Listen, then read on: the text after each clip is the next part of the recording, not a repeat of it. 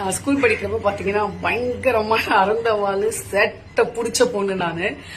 Almost எல்லாருக்கும் பாத்தீங்கன்னா கண்டிப்பா எல்லாருக்குமே பாய் ஃப்ரெண்ட்ஸ் இருக்கதான் இருப்பாங்க நம்ம படிக்கிற வயசுல.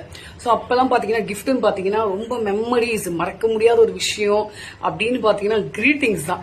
சோ அது வந்து ரொம்ப மெமரியா இருக்கும். நம்ம ஒரு கபோர்ட்ல வச்சிருப்போம். அப்ப அம்மா வந்து கிளீன் பண்றேன்னு சொல்லிட்டு அதை தொட்டுட்டாங்கன்னா போச்சு, அம்மா எவ்வளவு புனிதமான விஷயத்த நீ ஏமா தொட்டன்னு சொல்லிட்டு அழுது சாப்பிடாம வந்திருக்கேன்.